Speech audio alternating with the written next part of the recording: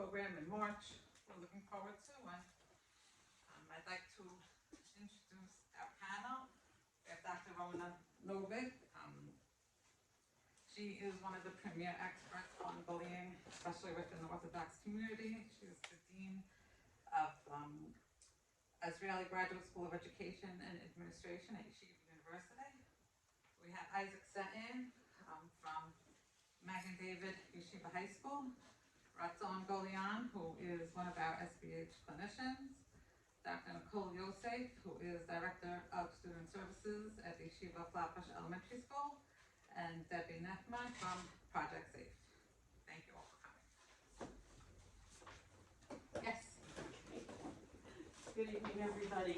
Thank you for coming. And you know, one of the people generally introduce me as she's the bully lady, and it's like, no, I'm the bully prevention lady. I'm opposed. I'm not for it.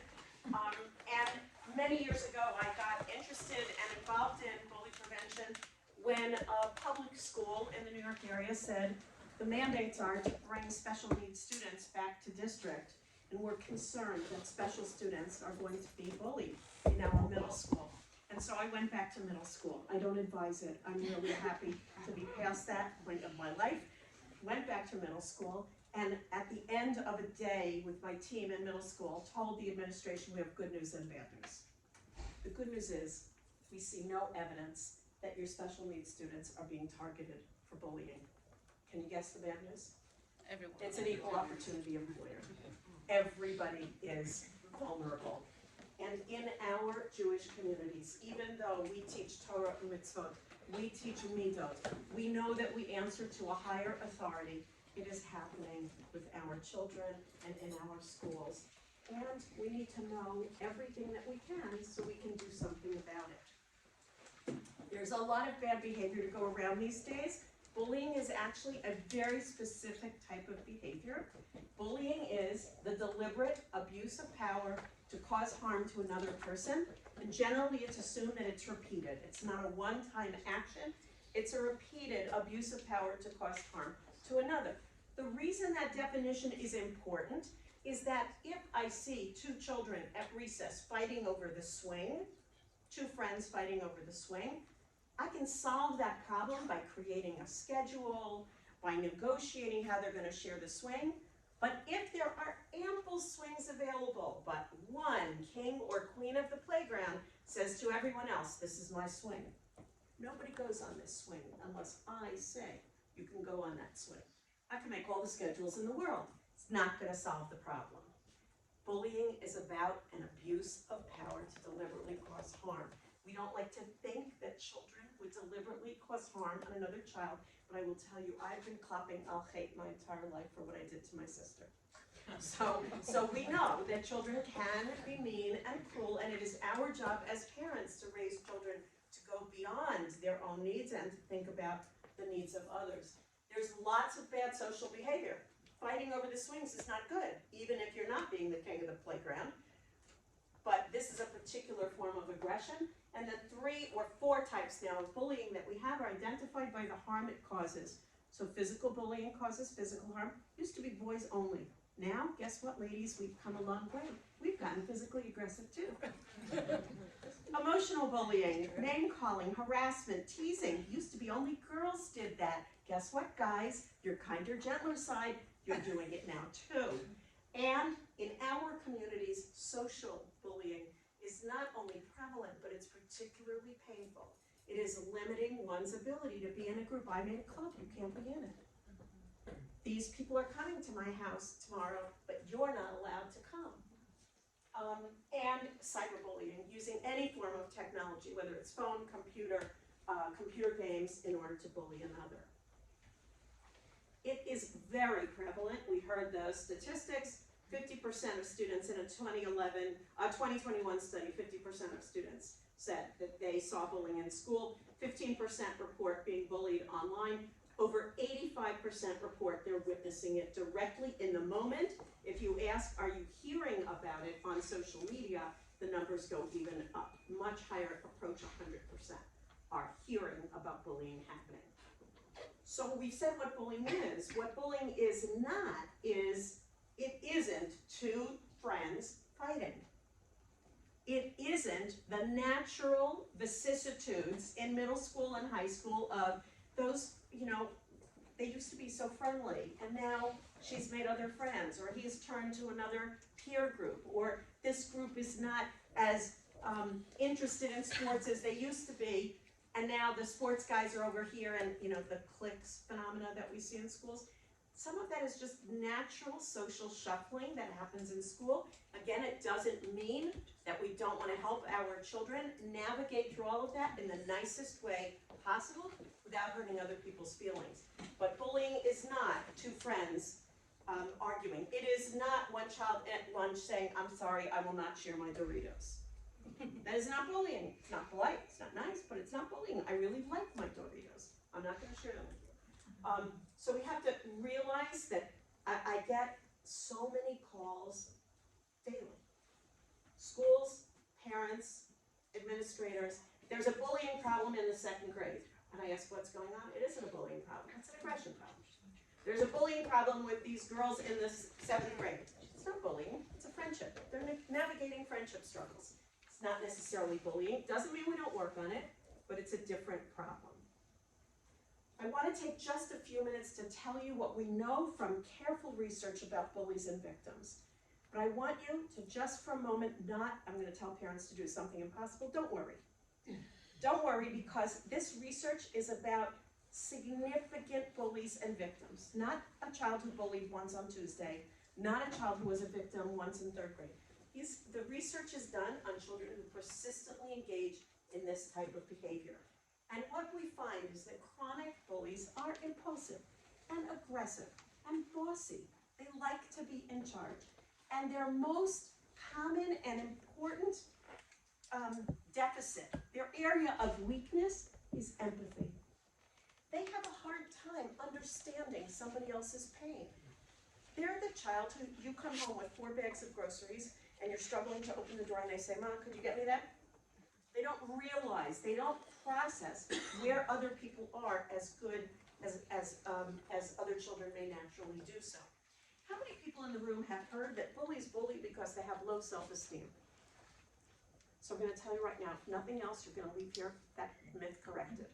That is a myth that adults made up because we prefer to believe that bullies bully because they feel bad about themselves than to admit that bullies bully because they don't feel the pain of others. All of the research suggests that bullies actually have robust, good self-esteem, sometimes even overinflated. It's good to be king. Did Paro have low self-esteem? As he was taking plague after plague, he was saying, "I'm the king, I can do anything." Okay, victims. We make a similar mistake with victims of seeing only one side of the picture. We tend to think that all victims are this blue box, the shy, avoidant, reactive child. I call them lower lip quiverers. These are your children who they can't help but show on their face that they're upset. No matter how many times we tell them, ignore it, don't show people you're upset, you just see on their face. And telling them, by the way, to ignore it, it's like telling me to grow, which only happens this way, no longer this way. So it's a biological challenge for them. They really can't stop how they feel. They feel things very intensely. But that's only part of the picture. The child who, when they're bullied, runs crying away out of the situation, because provocative victims, about 50% of the time, are not going to respond by crying. They're going to respond by reaching out aggressively. They're going to hit or kick or call you names back or say, "You left me out, I'm going to get revenge on you." And what happens when someone in the school or another child sees them engage in that negative behavior and that aggressive behavior? In that moment, they look exactly like the bully. These children, by the way, are so hard for parents and for schools because on Monday they're coming home crying, "I was picked on," and on Tuesday they're coming home suspended because they picked on somebody else. They're really difficult for us as parents and as educational and mental health professionals. And overrepresented in that group of individuals are children who have learning disabilities and attention challenges and nonverbal learning disabilities and who are on the spectrum, and children who they don't wake up in the morning to be difficult, but there are children who have struggles and really benefit from our patience and our support. Luckily, bullies and victims are the smallest part of the equation.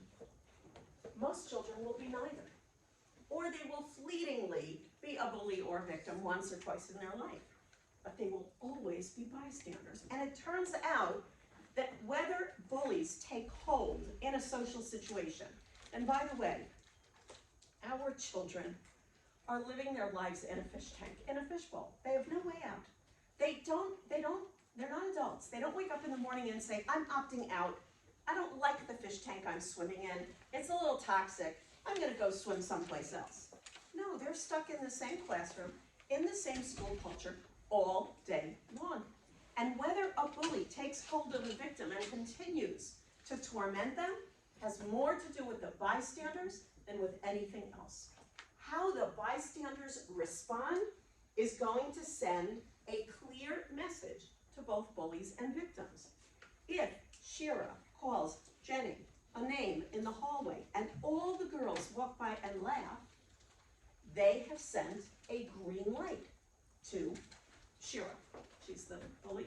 To Shira, who now says, not only can I get away with this, my classmates like this, I'll do even more of this. Jenny, by the way, the victim, when the classmates walk by and giggle or laugh or join in, what message does Jenny get? Nobody cares about me. No one will rescue me. I'm alone. It's hopeless. We can send, obviously, a red light to bullies if we find a way to support the victim, to use distraction, to confront the bully, to tell an adult, if we're a child in a situation, to use distraction, strategies which, by the way, if we don't teach our children and tell them, if you ask children below 3rd grade, what should you do? You see Shira calling Jenny a name in the hallway, what should you do? We know, we've learned a million times, not nice to call names. What should you do? What do children below 3rd grade tell us? Tell the teacher, or tell Jenny to stop, tell Shira to stop. It's not nice. Well, I'm a lot older than a 3rd grader, and I will tell you, I don't think I've ever told a bully to stop.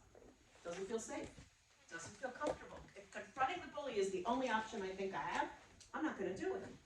Get above 3rd grade, and we're down to one strategy, because they're not telling adults anymore, that's tattling, that's inappropriate, that's developmentally, forbidden, verboten, they won't do it, and so they think the only thing I can do is confront a bully. I love using distraction. Do you know how many times I've been in a grocery store? I'm a clinical child psychologist, and I see a parent treating their child in a way that is not ideal. In New York, am I going to tell a parent in the grocery store, excuse me, but please don't talk to your child that way, that's really not clinically appropriate. Any of you want to try that? I'm not trying that. No, but what do? I say, look at her curls. Where does she get curls like that? They're darling. And the mother is like, I know, comes from my side of the family, aren't they cute? Totally changes the dynamic. And if I can't engage the mother, play peekaboo with the kid. It's distraction. Changes the dynamic, because if I stand by and do nothing while that's happening, it's as if I'm saying, this is okay. This is all right. And we have to be really clear on the messages. When we send the right messages to victims, victims here, I'm cared about. I matter. I make a difference. And if youth don't realize yet, we are bystanders as well as our children. We are powerful bystanders. And in today's world, and I do not envy you who are raising children in today's world. Thank God mine are grown. I now just have the gray hair about the grandchildren. It's not easy to raise children in today's world that is so fraught with dangers. Do you want a child to get the message that adults will not protect you? I want every child to know, if I'm in the room and I see cruelty happening, and I see abuse happening, and I see negativity happening, I'm gonna do something about it. I'm a mother of only sons. I've driven a lot of carpools of boys in my lifetime. And boys, if you haven't noticed, like teenage boys, they don't always talk so nicely to each other. Like, they don't wake up in the morning and say, oh, lovely shirt, you're looking great today. It's like, hey, moron, how you doing? So all the years of driving carpool, I would be sitting there and I would, they would start in the back seat and I would very jokingly, nicely say, would you like to walk? I think it's 20 miles home. Do you want to walk the rest of it? Because Mrs. Novick can't have that in her car. Because I just didn't want them to think that I'm ignoring it and that it's okay.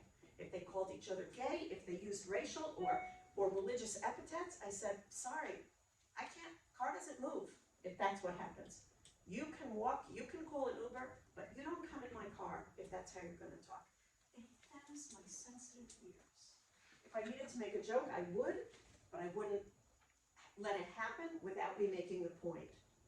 So we have to think about what messages we are sending as a bystander when our children see that we see what happened. We also have to see what messages do I send in general as a parent. It's my child's birthday party. Do I say, oh, sweetheart, why would you invite those people? They don't live at the right address. Would you say, no, you don't have to invite that one boy in the grade. Leave him out. You don't really like him anyway. We'll keep it a secret. He won't know. Or even better, I've seen this happen, bring all the pretty pink envelopes for your birthday to school and only give it to the 6 girls who you're inviting. Then they'll know that they're really special. If that's what we do as parents, then we're guilty of encouraging the kind of behavior that leads to bullying. We have to realize we're always a role model. So that means how we talk about our friendships, our neighbors, the people that we deal with in our life. If we say, oh, we got invited for Shabbos to those people, I wish we could get an invite to the in crowd. What are we teaching if we have that strategy?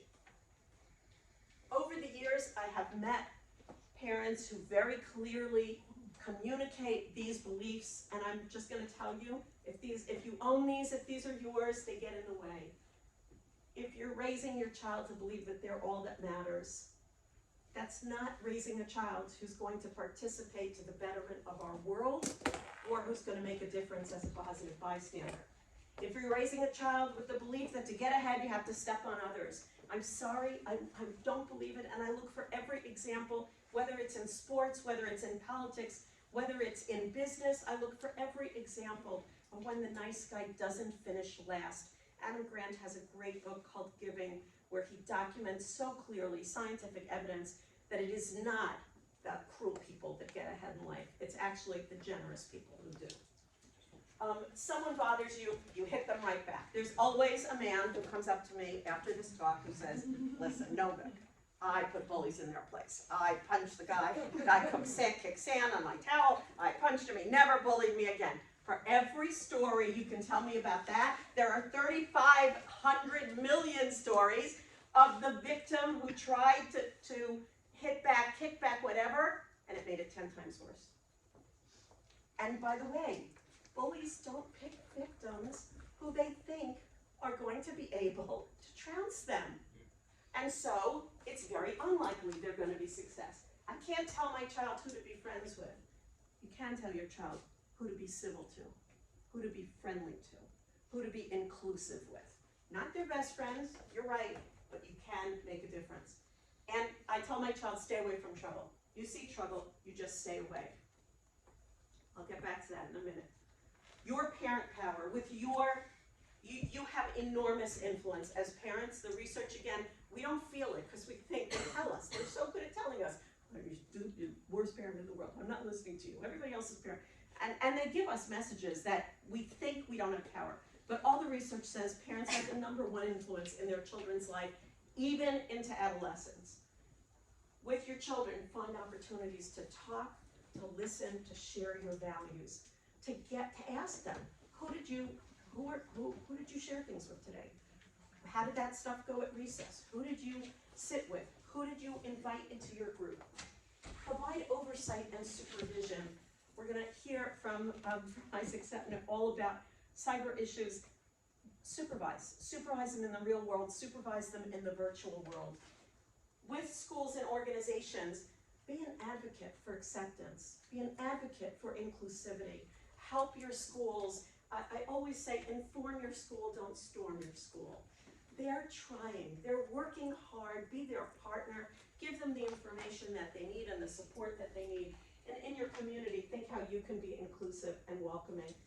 And I think together we can change our communities. We can raise up standards. And I just want to close with the words of a sixth grader that I end every talk that I do with. Sixth grader, I'm giving one of the first, in that district where I first started working on bully prevention years ago. I don't want you to do the math of how old I am. The teacher said, anybody want to give Dr. Novick some feedback after these bully workshops? And sixth grader, Dr. Novick, I went home after your workshops and I told my mother I can't listen to her anymore.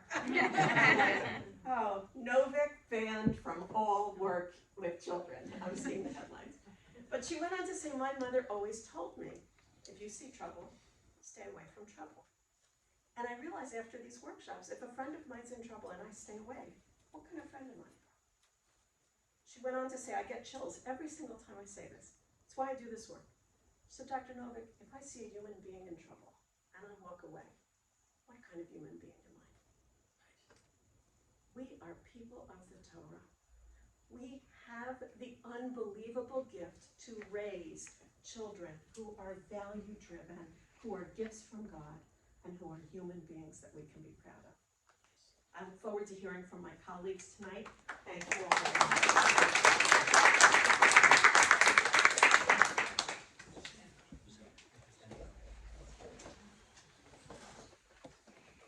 I'm just going to put your slides.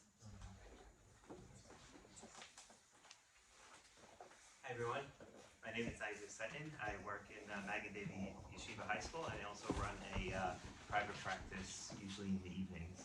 So I wanted to, piggyback off of one of the points that Dr. Novick was saying, which is something that, unfortunately, I've, had the, not pleasure, but the opposite of seeing, almost on a daily basis, which is this idea of cyberbullying, and how this has become such a big issue, especially within our, teenage community. But it unfortunately doesn't stop there. It does go way past that. But, from what I'm working with, it is such a big,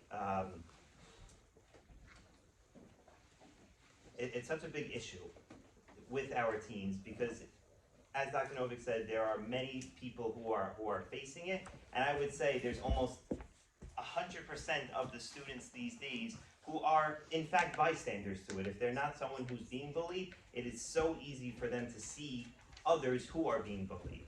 So I wanted to talk a little bit more about cyberbullying and the impact that social media has on cyberbullying over the past, let's say 10 to 15 years that it's been relevant. So I like to call cyberbullying this silent bully. It's not where your kid comes home from school and someone pushed him down or her down in the park, or they have a black eye for some reason. They come home and you may not know anything that went on. They may have gotten 40 messages on their phone. They may be involved in a WhatsApp group. They may have posted something on Instagram or Snapchat and received some sort of negative, or feedback that could be considered bullying, and we won't know. It's not so simple to tell, and unfortunately, kids these days, teenagers, they're very, very good at hiding it. We may never know. I've worked with kids, teenagers, who, after, look like they're the happiest, go-luckiest kids in the world, after working with them for a few days or even weeks, you'll see everything come out, and the parent will be like, I had no idea that was going on. Who would have known that, my child would have been a victim of cyberbullying? But the kids, they're to themselves. They don't want to burden their parents. They don't want they don't want to look weak, and it really is a huge issue when it comes to our younger generation. So, like we were saying, there are many different forms of cyberbullying through various methods. One of them being social media, which in my opinion, is one of the most prevalent ways that people do cyberbully these days. simple text messages. People will have another student or another peer, someone's phone number, and they'll send them messages that are negative. They'll send them memes that are making fun of them. They'll send them, many different forms of. It can come in any shape or form. It could come in any shape or form that a student or a teen or sometimes even adult can be bullied through text messages. Instagram posts or writing comments. A student or a teenager will post something like, "Oh, look where I am," or "I'm so happy, look what I'm eating," and somebody will have the audacity to post like, "Oh, that looks horrible," or, "Who do you think you are to do this?" And many other posts that can be very, for the person who posted it, you'll see many of them even delete it within a few minutes just after all the negative comments that they've seen. These days, WhatsApp groups. There's so much that goes on in WhatsApp groups, and I can tell you from working with these high school students that I was talking to a student a few days ago, and they were telling me that they're in a WhatsApp group, and with this bystander effect, they're seeing one kid post something, and 15 kids, or even go on of what's going on. This could be a group with I think was a group with like 30, 40 students. It was like a class chat or a grade chat, sorry. And 30, 40 students just going along with the joke of that one kid made, and that's a huge thing. Imagine you're someone, every single person in this room. Imagine I said something and everyone decided that let's all say something negative or something mean and let's go along with it. That would make me feel really terrible. That's what they're feeling, even though it's not right in front of them. They feel like as if 100 people are on top of them, all pointing their finger at them, saying, you are this, you are whatever that person said. We all agree with it. And other forms of social media. I mean, look at your phone. There's hundreds of ways that cyberbullying can go on. Any app that has to do with other people, with friends, they're making them up, from what I hear, by the day. Just different apps, not meant to be used for bullying, but they are being used for bullying. So why is cyberbullying, quote unquote, so simple? Why is it so easy? One of the main reasons is because it's completely anonymous, right? Many people can go on, make a completely fake username, my name is so-and-so, and then they have the ability to comment on anything. If I posted something, someone can post without having to verify that this is their name, that this is who they are. They can make up a name, a John Doe name, and now they have the ability to post whatever they want. So that leads to a lot of, it leads to no retaliation, where I don't know who I'm going after. There's just a name on here. I had no clue who this person is. So now there's no retaliation for the person doing it, right? The famous term that they use that is keyboard warriors. Like, behind the keyboard you can write whatever you want. But once you're, face to face, most of these people will never say the things that they write. But behind the keyboard, behind the, computer screen, I can say whatever I want. I can be whoever I want, which is very intimidating for somebody who thinks that, this is, it's very intimidating for someone who's just seeing all this right in front of them, who may not have, the person themselves may not have the greatest self-esteem, and they may feel down, and then they see this person who seems like the most macho, greatest person in the world, saying negative comments about them. It also leads to more aggressive behaviors from the bully themselves. I don't know if you guys have ever witnessed this, but you'll see sometimes people think, when something's written in all caps, like, it's as if they're screaming, and it's easy to write in all caps. It's one button, caps lock, and then you write whatever you want. So again, because there's no retaliation, because it's anonymous, it allows people to look like something that they're not, and for the bully, this makes it 10 times worse, if not more than that. And of course, the bullies themselves are often unable to see the direct impact of their actions. They'll say something online, they don't know if the kid at home is crying, they don't know if the kid at home has, gone and done something that they shouldn't have been doing. They don't know. All they're doing is typing, send, I close my phone, and I go back to my regular life. So most of the bullies don't even realize that the kid's on the floor, you just punch him in the face. Maybe, hopefully, that bully will feel a little bit bad because he sees the kid on the floor crying. He sees how the kid is clearly hurt. Some may not, but some will. Here, there is absolutely no way, unless the person posts, a picture of themselves crying, which unfortunately is something that people do today, is they'll post a picture of them crying about something they've done. But most people are not comfortable posting a picture of themselves crying, so the person the bully has no idea that what harm they are causing this person. So why is it so dangerous, right? One of the main reasons it's so dangerous is because this is something that's persistent.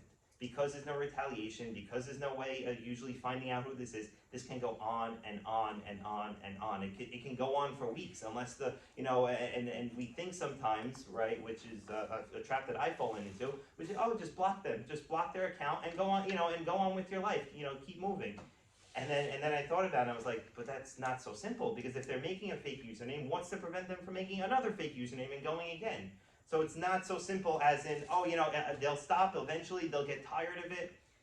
It doesn't take much for someone to write a few letters. When someone's physically bullying, they get tired after a while. They get like emotionally drained. Here, it can be so persistent because, again, it's as simple as me typing in a few letters, pressing send, going on with my day as if nothing happened.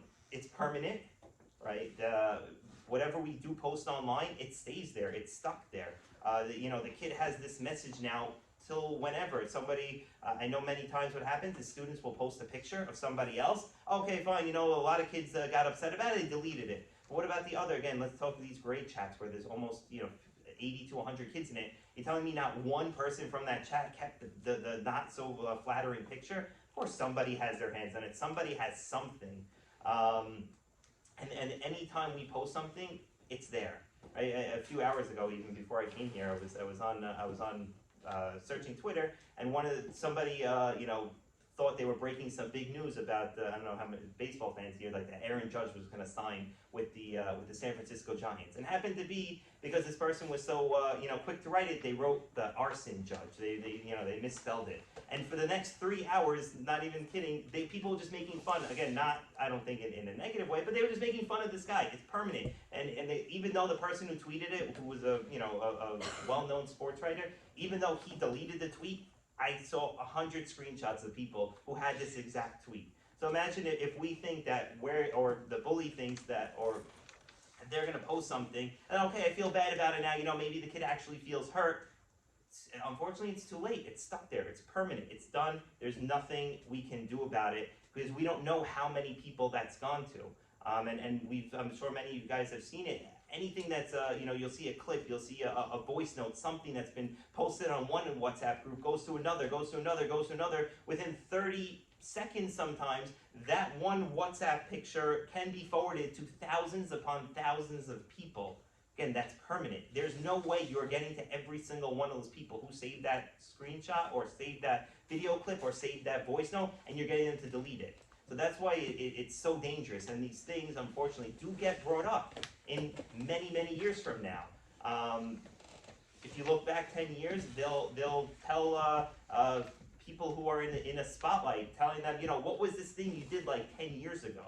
I think the most recent thing is one of the football owners back in, if I'm not mistaken, like 1957. He was in a picture where a few of the white students were going against a few of the black students, which, of course we know in this day and age is not the right thing, but then it wasn't necessarily so controversial. And all the sports writers are blasting it, like, what is this guy doing in a picture like this in 1957? We're in 2022, we're almost in 2023. You're talking, many, many years ago, and he's being, they're going off on him because of this picture. So that's a bigger example because it's someone who's a world famous owner. But imagine a kid, it has a picture of something so unflattering that somebody posted or somebody made some sort of a picture, and now 10 years from now the kid's married with kids and this picture resurfaces.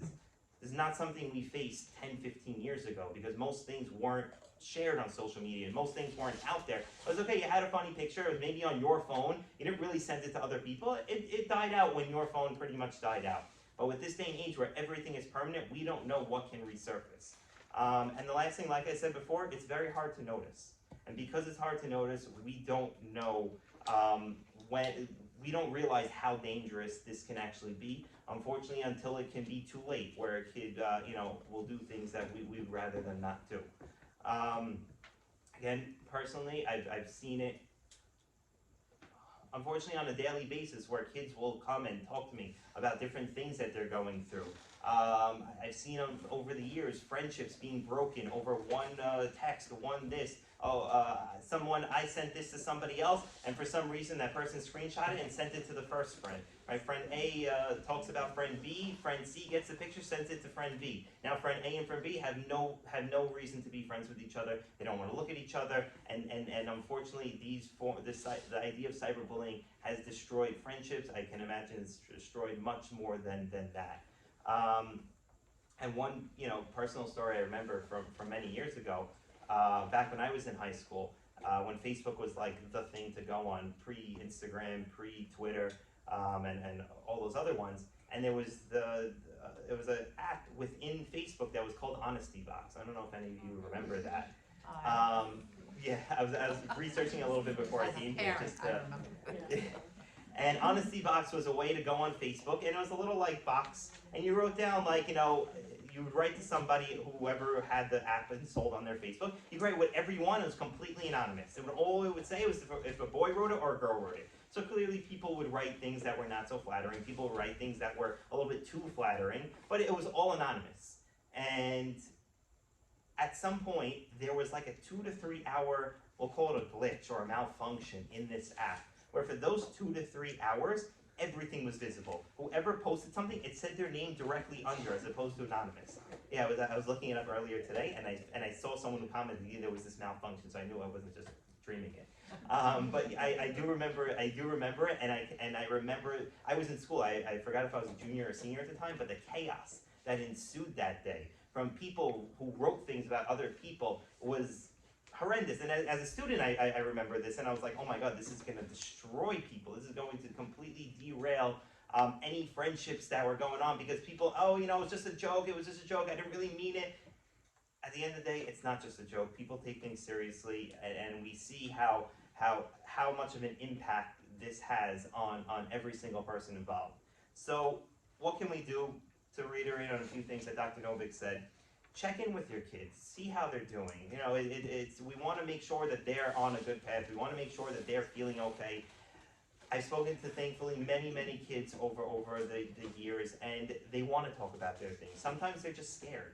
If we as parents let them know that we're there for them, and that we're not going to judge them if they did something they shouldn't have done, if they feel a little bit sad, if they know that we're there as parents and not to judge them, they will open up like a book. They will trust you more than many people.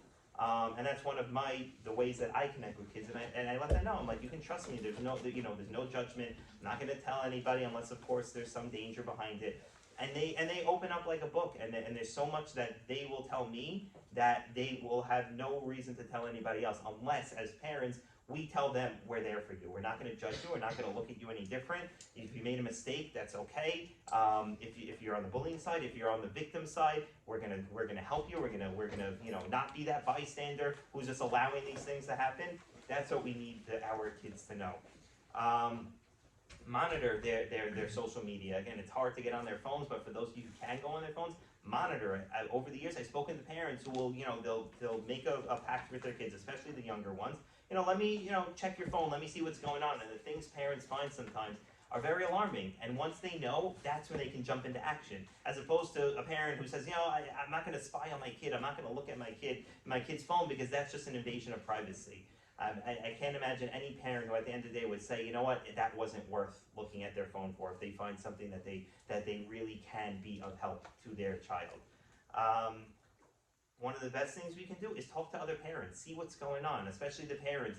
I know many parents these days have class chats where they talk with other, it's not, the parents these days are not distant from other parents. Find out if something's going on in the class that one child decides to disclose to their parent, that maybe this can help in creating more bystanders into the group where something's going on. We need to fix something. The more parents that know, the more this can be helped, the more this can be fixed.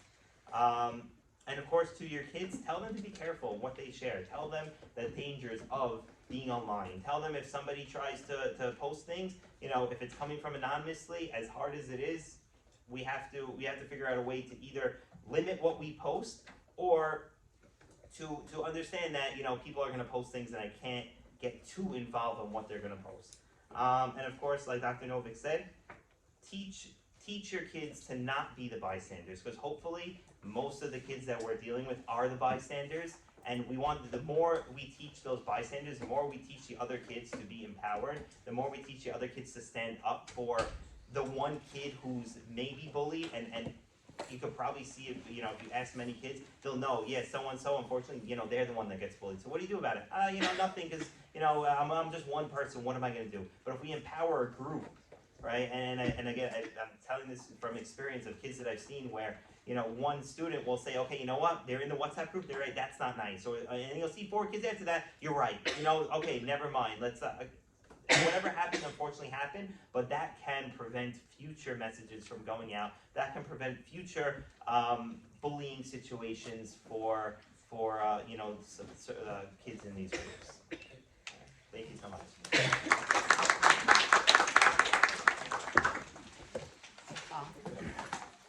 Hi everyone, welcome. I'm Ratzon. My last name doesn't really matter because I've never met another Ratzon yet. So I work here in client services, SBH. I have a private practice. I also run Student to Teens, support workshop for parents of teenagers. And I'm going to give a little bit of a backdrop of children's mental health, what's been going on. Dr. Shmuel sort of touched on it a little earlier, where we have seen a tremendous rise, unfortunately, in mental health, you know, challenges in general. It's been accelerated with the pandemic, but really since then, for the past 2 years, we've seen a tremendous alarming rate, and this holds true with children as well. 20 to 25% they're saying of, you know, increases in anxiety, depression. You know, I'm seeing kids, you know, fear of darkness, fear of vomiting, all sorts of different anxieties with you know, social, environmental. Kids tell me all the time they're worried about terrorist attacks. It's, you know, it's been really a lot for in the past 2 years. And to make it worse, mental health treatment for children specifically has also been very challenging. There's not enough of us that deal with children, unfortunately, and they say the average time to get a session is 48 days, which is pretty intense. They actually even had last year, the AAP actually announced a sort of like, I know this sounds very morbid, but they said there's an emergency, a mental health emergency for children. They're thinking it's 1 out of 10 kids that are suffering with some sort of mental health challenge, but they're thinking it's a little bit closer to 1 out of 5 because not everything's getting reported. And obviously the question everyone's gonna ask is, where is this all coming from? Why is there such a rise? And I mean, I don't know if we have time to get into all that tonight. I mean, we're as adults facing a lot of challenges in today's world. There's a lot of mistrust, misinformation, dramatization of different things, the media, financial stress, you know, so it's trickling down to the children. So that's the bad news. And of course, I'm a therapist, I have to come up with the good news, right? Dialectics. So dialectically, there is a lot that we can do. We can make a huge difference. And when I say with the word we, I'm actually not even referring to us professionals, you know, in the mental health field. I'm referring to us as parents. And parents, you guys, as Isaac just said, you know, there's so many, we're so powerful in what we can do for our children.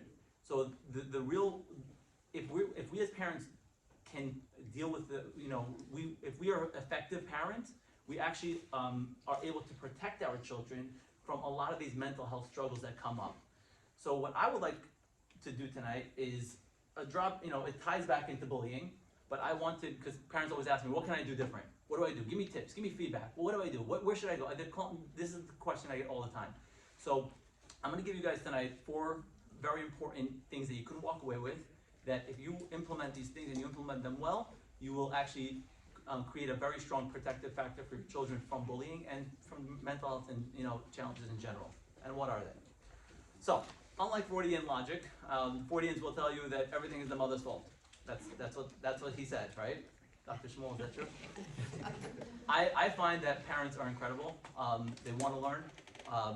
They want to understand how they can help, and they're invested and really, you know, amazing desire to want to do better. Sometimes we just don't know necessarily how and what, and you know, life just takes a toll on us, and we forget some of the basics. So what I would really like to do is, you know, go over some of the basic things that we can do that will really help our children. So number 1, so there's a concept called EE, is emotional expression. What does EE mean? What does that mean? Emotional expression refers to the idea of how emotions are expressed in a home? How intense are the emotions that are expressed in a home? So if a family has high EE, when there's an emotional situation, it's very expressive, it's very loud, it's very intense, it's very quick, very passionate, that we call high EE. And of course, on the other end of the spectrum, there's low E, and there's obviously everything in the middle, right? So it's not 1, 2, or 3, it's really 1 to 100, a spectrum. And the whole concept of EE comes from the idea of a biopsychosocial theory, which means to say that when we look at mental health, what contributes to mental health is biopsychosocial. Bio is for the biology, right? How the chemical makeup of a human being.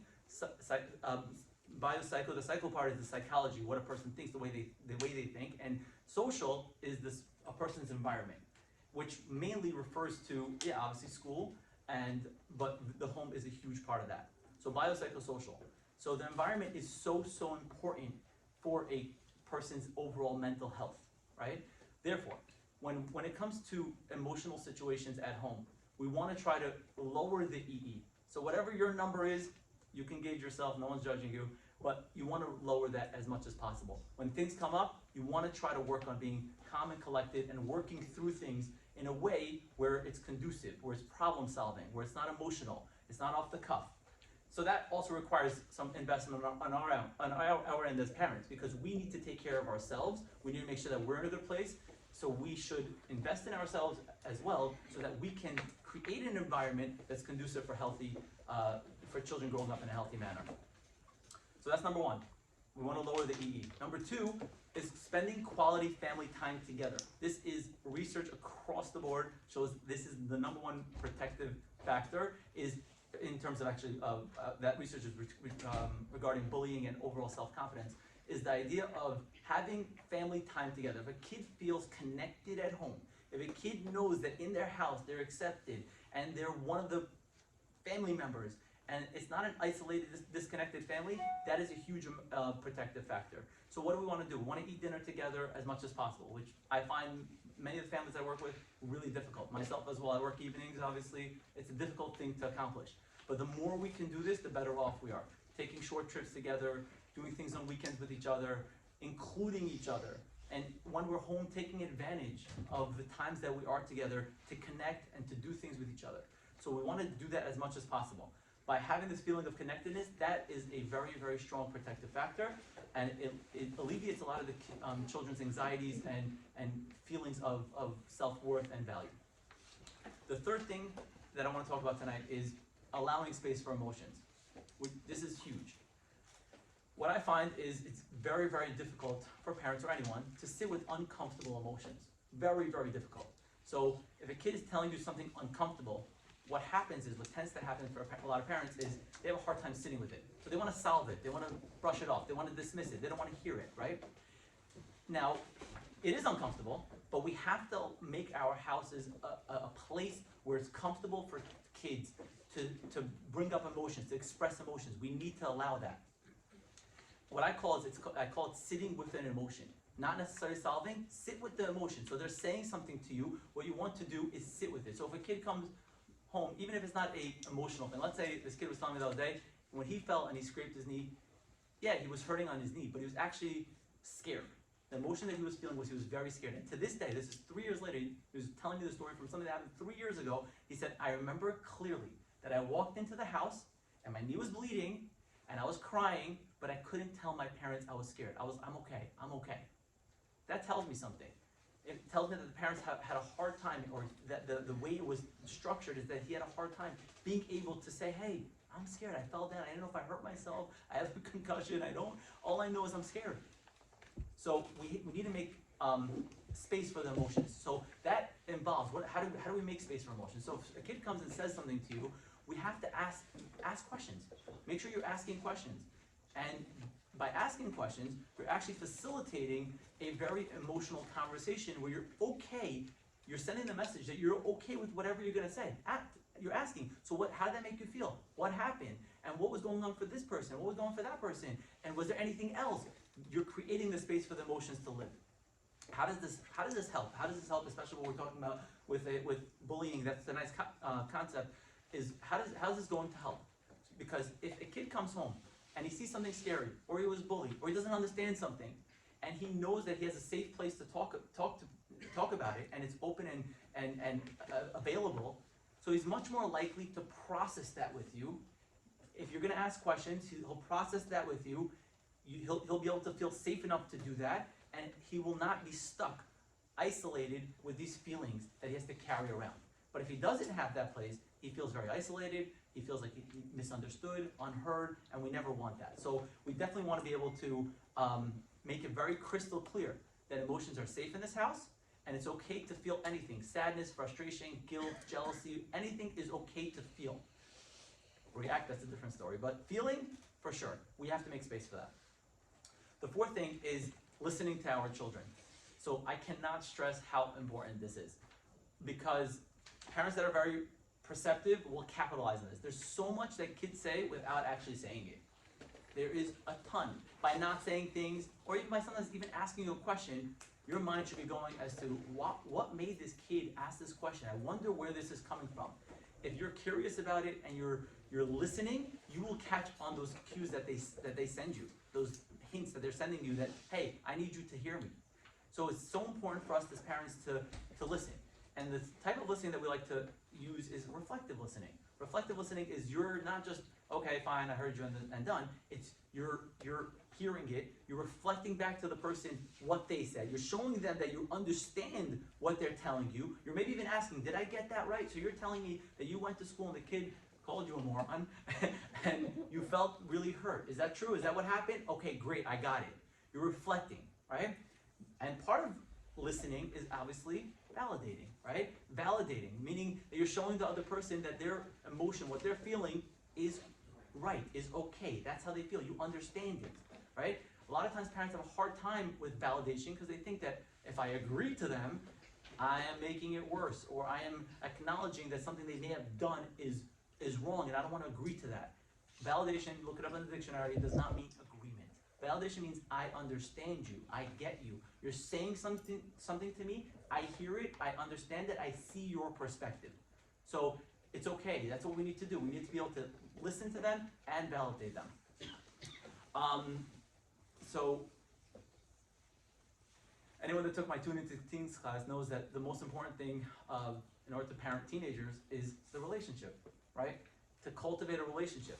And all these things that I mentioned tonight, and I'm going to quickly run over again one more time, is creating an environment and a relationship that's conducive for emotions to live and exist, and creating the safe space for our children to be able to, express themselves and process the emotions they're going through. And that, and a lot of times, that's difficult, and there's a lot of times very intense emotions, and therapy sometimes is very necessary. But if it starts at home, where these things are in place, we're going to alleviate a lot of the mental health challenges that we find in our practices. So kudos to you all. I'm going to quickly run over the 4 things, just so we have them. Lower the emotional expression, lowering the EE. Spend quality family time together.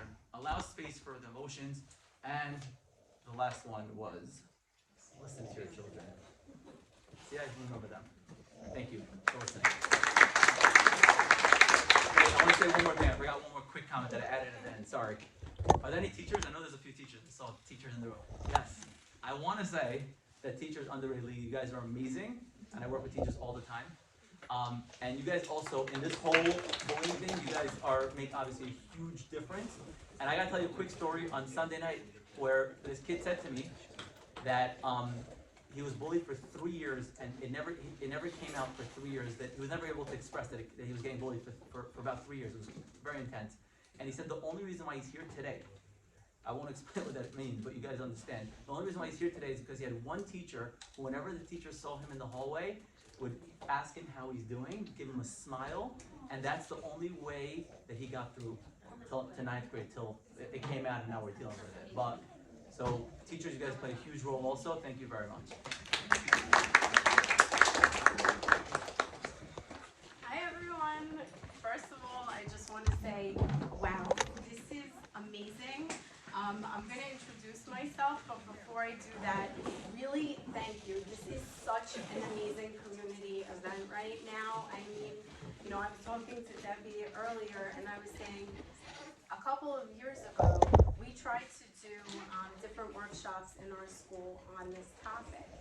And we really had a hard time getting parents to come. And I just see such an outpouring of interest in this, and I'm so proud to be part of this community and to see so many parents here tonight. Parents are standing in the back for those who are on the video right now, and so really kudos to you. Please go home and tell your kids if they don't know that you came here tonight to hear about this issue, and let them know this because they need to know how important they are to you and how important this topic is to you. And that is, just knowing that will be very, very powerful for them. You are your child's best advocate, and it's just so amazing that so many of you are here. So my name is Dr. Nicole Yossef, and I'm the Director of Student Services at Yeshiva Flatbush Elementary School. Before I was in this role, I had the great honor to be a school psychologist with Dr. Shmuel in the middle school of Yeshiva Flatbush, and really had a great time teaching 6th, 7th, and 8th grade girls Project Safe classes. Shout out to Leon and Nicole. So that is my role, and I really got to talk a lot in this role about the topic of bullying and with social skills also. So prevention as well as putting out the fires. Thank you so much. Okay, so I'm not going to go through the statistics. We know this is a huge issue. That's why you're all here. And you know, we've been talking about it with students in our school, and I think a lot of schools are tackling this now from a multifaceted approach, which is why we're seeing positive results already. We're talking to teachers, we're talking with students directly, we're doing student programs, we are talking to parents. So we're really getting everyone involved, even administrators and assistants as well. And the feedback is that everybody wants these skills, right? This is not math, this is not science, these are life skills that we can all benefit from ourselves and for our children. So I want to talk a minute about language, just piggybacking off what everybody is saying here tonight. It's really important the words that we use, right? So, you know, Dr. Novick really spoke about this a lot. There's a big difference between bullying and conflict. So once we get really good and continue to facilitate this safe space within our homes, then our kids know we are fully listening to them at dinner time with our phones away, which is really hard to do. So if we just start to do that for like 15 minutes, that would be a huge win. At dinner, we put the phone away, and we even tell our child or children that we are putting our phone away right now because you are so important to me and I want to talk to you over dinner, right? So, but when they bring up issues of bullying to you that they think are bullying, be careful and talk it through with them. Because even though they're calling it bullying, it might actually be, as Dr. Novick mentioned, conflict, right? And we will help them resolve it either way, and we'll help them work through it and empower them. But the process is going to be different if it's bullying or if it's conflict. So that's a really important thing to note. There is a difference there. Another thing that I wanted to say is that if you Google Parent Action Toolkit, those 3 letters, you will get a wealth of information. It's really, you know, going off what Ratzon was saying, the information is power, and the more tips that we have, the better off we can feel confident in responding to our kids. I don't know what. Okay, but if you click on it, you see not only is there tips for you to advocate with your child, but there's also tips for you to forge a good relationship with your school, which is really helpful and important because we're all on the same team, and let's all give our kids that message. Because we really, you know, teachers, as Ratzon was saying, you guys are really heroes, and support staff really behind the scenes, but really on your team. So if you have any concerns, that website can help you forge that great relationship. To go back to language, sorry, that one got a little weird, but we're talking here tonight and we're using words like bully, victim, bystander, upstander. But when we talk to our kids, let's not do that. And this is exactly what I told our teachers at school and our assistants and our principals. Let's refer to it as the child that was targeted or the child that was using bullying behavior, because we don't want to pigeonhole our children, right? And we know that a child one day could be the bully and the next day they could be the victim, right? Or the child that was targeted. So we really want to keep them with this growth mindset, right? All the research on growth mindset with Dr. Dweck shows us that people really change a lot and they have this great potential, but if you label them, it really stifles them. I have this story of a girl who is so dynamic and amazing, who ended up in my office today in 7th grade, but when she was in 3rd grade and 4th grade, she was really the person who was engaging in the bullying behavior. She was targeting other children verbally and physically, and a little bit of online as well. But she got some really great outside help. Her parents got some help as well, and she is a dynamo. She's doing amazing academically, socially, and emotionally, but not socially is still a little bit of a struggle because girls are still excluding her. They're still seeing her in that role. Even parents have requested some of them not to be in her class. But the truth is, she's not that person anymore. We have to give, our kids this message that people can change, right? And that what's happening in 1 minute might not be happening in the next minute. So let's be open to that and let's use that type of communication with our children. And then the same thing about the bystander. The other thing is, instead of labeling someone a bystander, you could say this person, supported the person who was doing the bullying, or this person was outside of the situation, not really involved, or they acted as an upstander. It just gives more information to the situation. So this we went through already. The different types of bullying, but I wanted to give a special moment to the social bullying, right? It's my personal favorite, I have to say. It is really a challenge. And, Isaac spoke about it a little, Ratzon also spoke about it a little bit, and Dr. Novick, which is, it's really officially called relational aggression. The mean girl behavior, right? Like, oh my God, can you believe what she just said? Or I have an idea, 3 girls together, let's only be friends with her if she does this stare. Let's just tell her this, Or posting a picture, right, in a group chat, and it's really not a flattering picture. But then when you approach your child, let's say it was your daughter, it's like, oh, I thought she looked really good in that picture. Did you really think that? So these are examples of relational aggression. It's not something physical that you can see. It's very under the radar. It's very hard for a teacher to see it within a classroom, and it's really damaging. And we have to be aware of it, and we have to give our kids the space to talk about their friendships, right? So we want to check in with them and say, how's it going with your friends? What's going on? And just very open-ended and see what they say, because this often goes undetected and it's very damaging.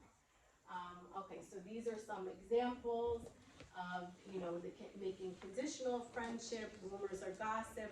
To go off what Isaac was saying, we had a thing, there's this app called My Secret now or something, and then you can download another app to find out who got that secret. Of course, you have to pay for both of the apps, and then there's all these additional features if you download it through Instagram. So, it's taken its own form. Relational aggression through cyberbullying is really a problem. So this is something that we want to just be aware of that does exist right now. So then why do they engage in relational aggression if it's so, damaging? Well, it's to improve social status, right? This does happen more in girls than boys based on the current research for whatever reason, but boys are still doing it. It's still happening for them. For them, a lot of times it does happen in the form of memes and cyberbullying, but it happens outright as well in terms of exclusion and, conditional friendships. So these are some of the reasons that they might engage in it. Social status is everything in middle school and high school, as we know. We want to think we're the most important people in our kids' lives, but at that age, it's their friends, right? So if they think it's going to make them popular, right, to say or do something provocative that might be not nice to their friends, they might do it, right? And if they do it, it's not we want them to feel like they can talk about the situation with us. We have to be very careful not to judge them. We just want to get it out of them, and then sometimes they'll tell us something, right?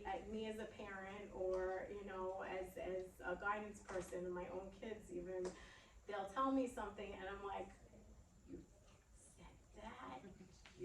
And they're like, yeah, it was funny.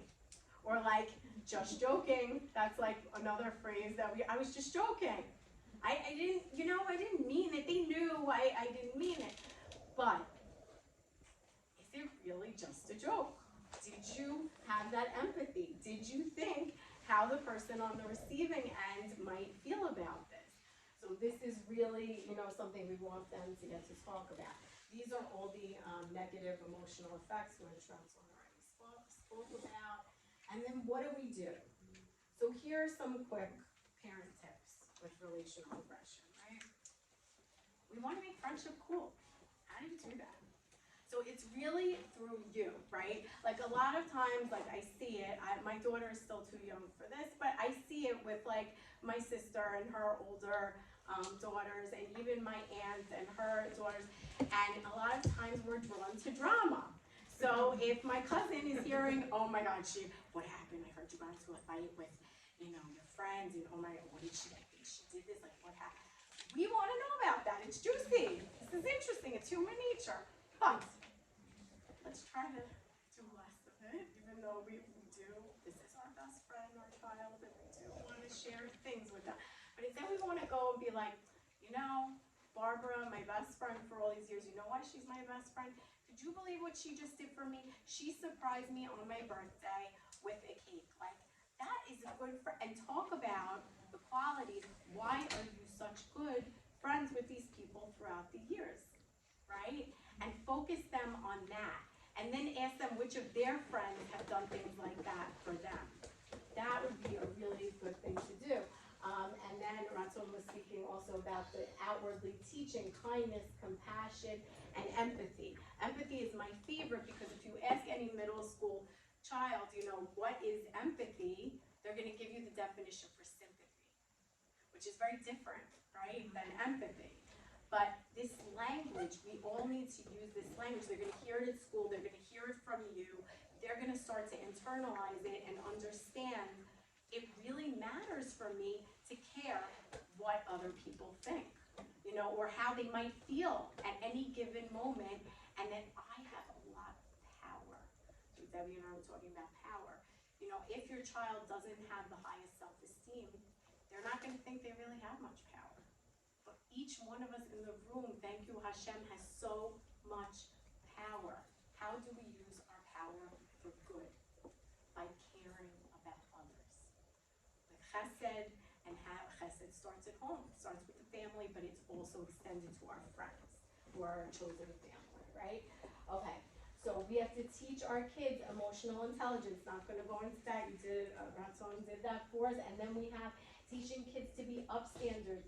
And then, as Dr. Novick was saying, and then Isaac really spoke about this as well, was, to be an upstander, to say this isn't cool on a chat. It's actually easier to be an upstander on social media in a way, because you don't have to go over to this person, especially for me, most people are much taller than me, and be like, no, that's wrong, much larger person, don't punch that kid, But if you are on a chat, then you can stand up. So that's a benefit of it. But don't, the distraction is a really good tool for kids to use. Like if they're sitting in the lunchroom and a kid is saying, like you smell like farts or whatever they're saying to him, and then everybody's laughing, your kid can be the one to go over and say, oh, come, like, let's go, I want to see if there's pizza or something like that. You know, teach them that that's okay. And then while they're getting pizza, they say, I just want to let you know I didn't agree with what happened. Supporting a person who is being targeted that way is so powerful, and it feels so good not only for that person, but it feels so good for your child who's being that upstander. It's amazing. So then, you know, monitor online, we talked about that, how to respond. Every child is different. Some are extroverts, some are introverts, some are very comfortable sharing with you every detail of their life to the point that you wish they would not keep talking. And then others are extremely shy and they don't want to share. So you learn your child what is the comfortable style for them, and you adjust it to each of your children. God bless you, parenting. It's so hard. Okay, and then the other thing about relational aggression, if you have a girl and she is going through this now with the eye rolling and, you know, the rumors and the gossip and all these things, don't brush it off and say, this is just girls being girls, because it minimizes it. So that's say about that, and then to forge, I'm not gonna go into, we don't have enough time or anything, but definitely please reach out. If you do feel like bullying is happening in school, please reach out to us. We are here for you. Your schools are on your team. They want to help, okay? You have every right. You can ask them for the bullying policy. You can ask them for their reporting policy. You know, you are your child's best advocate, as we're all saying here, and they are happy to get involved and to support your child. Your child must feel safe and supported as much at all times. Thank you.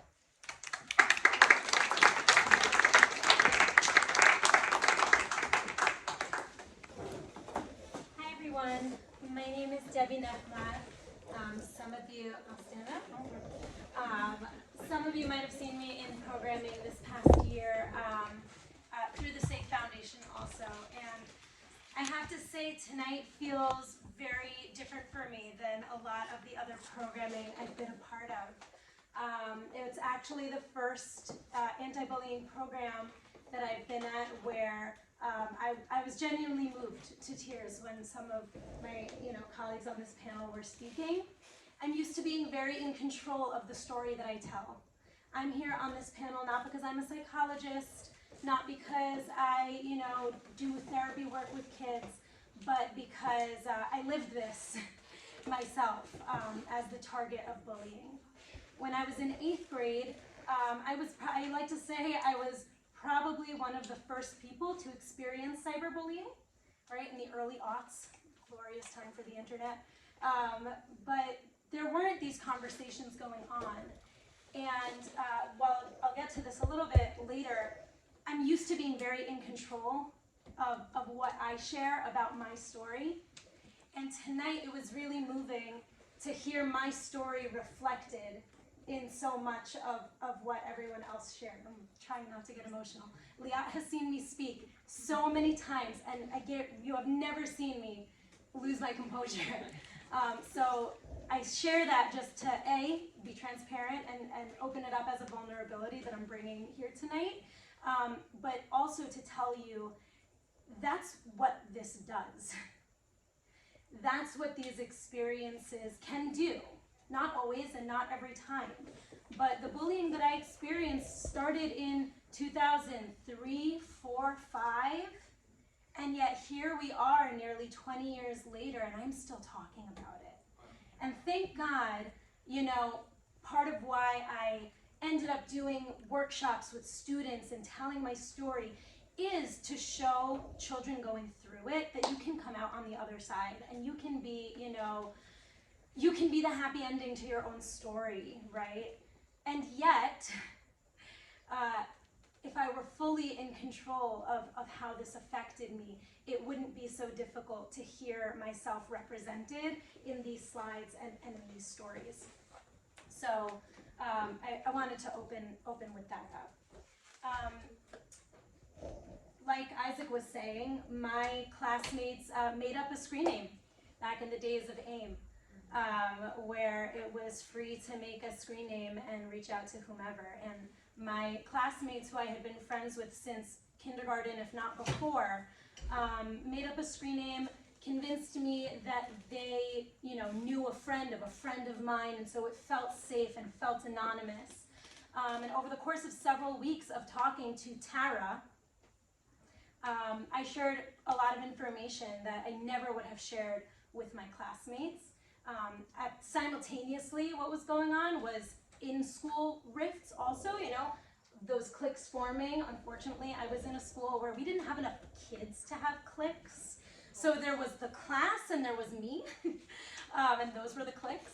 And so that was going on in general. And yet, until it came out what happened, everything was kind of like hush-hush, right? It was like I felt different, and we weren't getting along so well, and things weren't the same as before, but it was kind of just at the surface. And eventually, when it came out that, they actually admitted to me what they had done, that I always tell the students I speak to, that was the beginning of the end for me in terms of my feelings of safety in school. Middle school especially is so lonely. It can be such a lonely experience for kids, for all kids, no matter what they're going through. This was really, it sent me spiraling, right? And it truly created a situation for me that was unsafe, like Ratzon alluded to earlier as well. I really noticed it when Dr. Novick said, the messaging that happens when bystanders don't act, or when adults don't act when they see things going on, is that the target gets the messaging, I'm alone, no one is going to help me, no one cares. And I wanted to add to that at least for me, and I know for many others, those messages eventually, if nothing is done, also turn into, I deserve this. I must deserve this. If this is what's happening to me, if this is what people are saying about me, it must be because it's true. If they're calling me a freak, it must be because it's true. If I'm a loser to them, it must be true. And that really brings me to how I started with SAFE. Because, that situation happened in 8th grade, trickled into 9th grade, and then, through the years, I overcame a lot of it, and like I said, with a lot of support and a lot of really great friends, came through it. And then I started college and started seeing an uptick in the types of horrific news stories that we never, ever, ever want to see, and unfortunately do all too often. And when I started seeing news stories about adolescent suicides from bullying, I said, I need to do something, because the difference between me being part of one of those early statistics and not was not as large as a lot of people might think. And so I got in touch, I reached out to my high school alma mater, Yeshiva Flatbush 2009, and reached out to teachers there to say, I have a story and I want to talk to students and maybe help to change the conversation a little bit. That was 10 years ago when I did my first student-facing program. And amazingly, 10 years later, we've now expanded it into lots of programming. Last year, we spoke to several groups of parents across community schools. We spoke to hundreds of middle school students across our community schools. We worked with teachers and created curricula for our SAFE teachers to use in classrooms. And my goals there, are a few-fold. As I mentioned before, for students, my goals are mostly twofold. One is that students engaging in bullying behavior very often do not realize the extent of the impact they have. It's not that they don't know that it hurts. That's nonsense, right? If a kid says, I didn't know they would take it that way, sometimes maybe that's true, and a lot of times it's not, because they're doing it on purpose, as Dr. Novick was explaining earlier as well, right? They're doing it from a lack of empathy, they're doing it for the power craze, right, and for the social status of it. It is not that they don't know. However, do I think that my classmates knew the degree to which I was suffering? Probably not.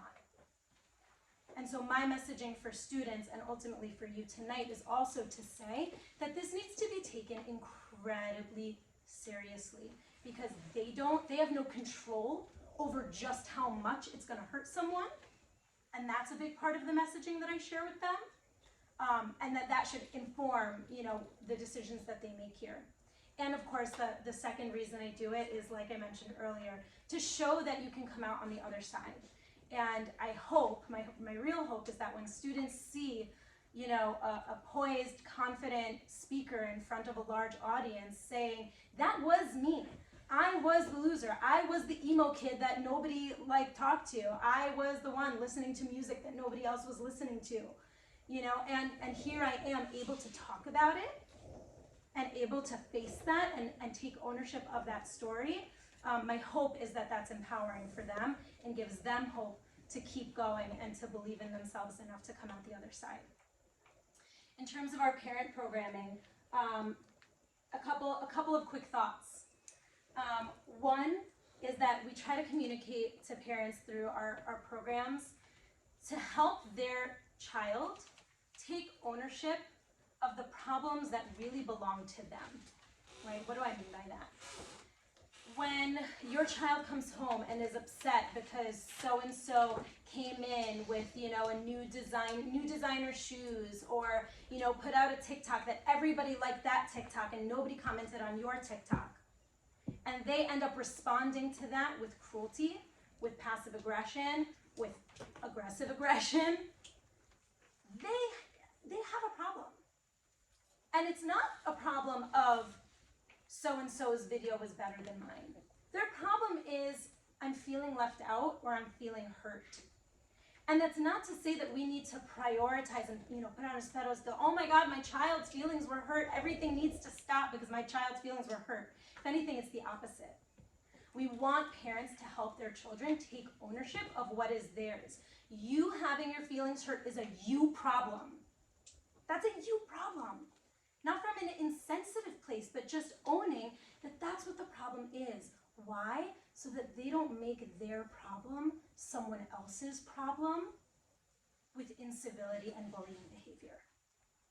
That is one of the biggest messages that we share with parents, that helping your child own their own emotions, name their emotions, make space for their emotions. Yes, that was so hurtful. And there's a way that we respond to that in a way that is kind and civil and respectful, and there's not, right? So that's one of those messages. The other that I'll kind of close with this because to me it's one of the biggest takeaways. Ratzon gave some beautiful insights into how to help your home become a psychologically safe environment for your children to come and talk to you. The reflective listening and really asking questions.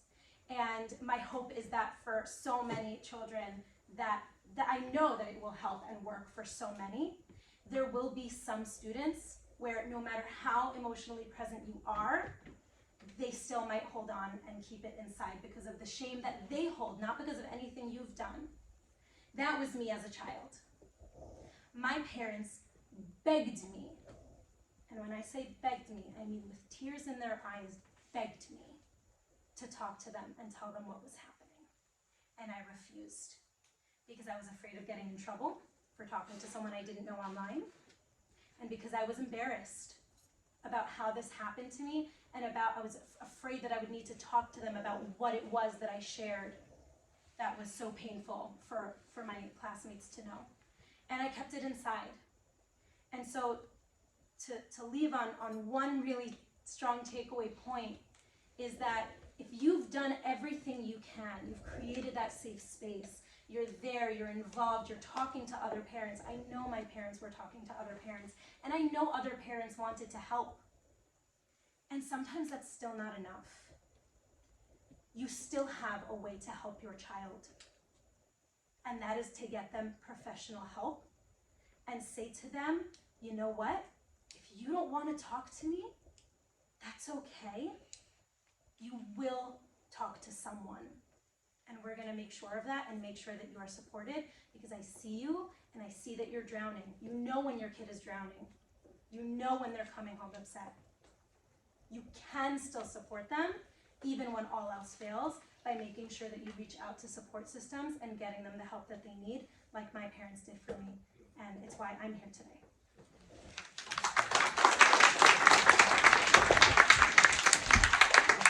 Thank you all so much. That was really amazing. I'm gonna turn off the camera if anyone has any questions.